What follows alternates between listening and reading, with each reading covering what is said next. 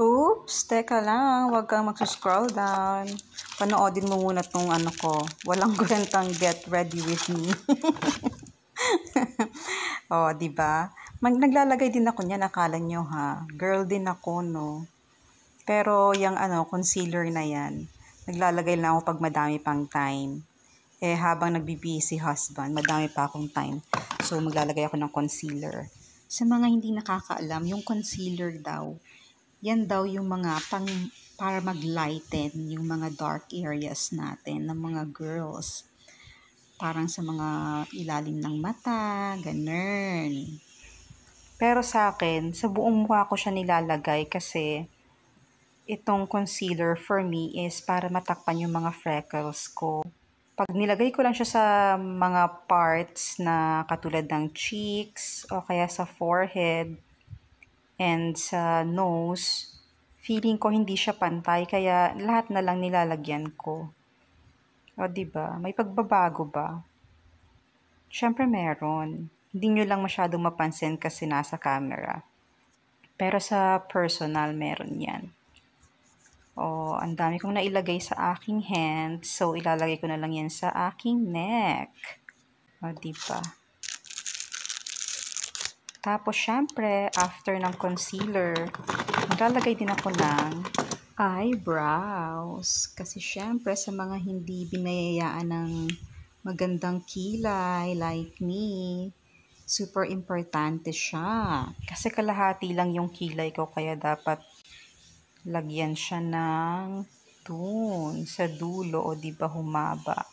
Serious yarn, focused. Kala mo ang galing ko, no? Pero tignan nyo naman, nabuo yung kilay ko. Pag nakita ako ni husband, tatawa na naman yun. Sasabihin, si Shin-chan na naman ako. Kilala nyo ba yun, si Shin-chan? Shin-chan o Shin-chan? Basta yung yun, anime yun, na makapal yung kilay na black. Diba? Maganda naman, diba? Kasi si husband, gusto niya natural lang. Gusto niya yung kalahating kilay ko lang. Pero syempre, feeling ko kasi mas maganda ako kapag meron akong eyebrows. So, maglalagay pa din ako. O, diba? May pag-ganyan pa ako, oh. Iisipin ko muna, kukumbinsin ko muna yung sarili ko kung pantay na siya.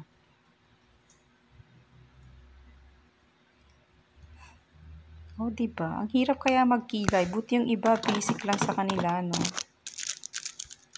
Medyo nasiyahan naman ako sa ginawa ko, sa nidrinowing ko. Huh? Here? Oh.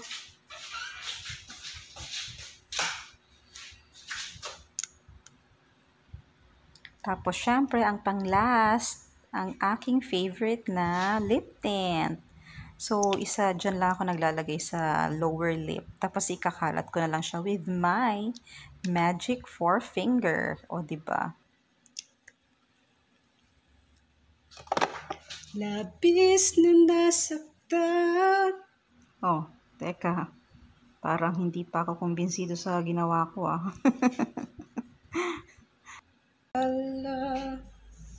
Nakumbinsi ko na.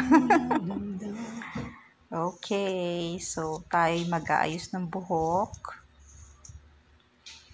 So, ayoko nang mag-blower kasi pag nagbo-blower ako, lalong nagiging buhaghag yung hair ko.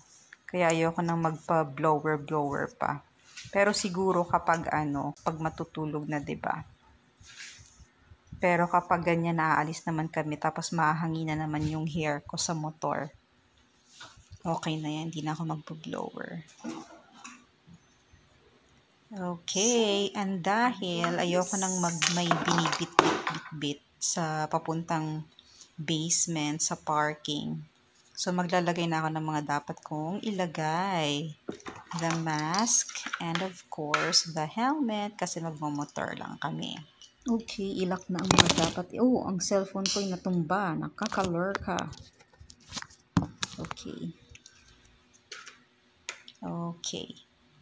Yan na, I'm so ready na.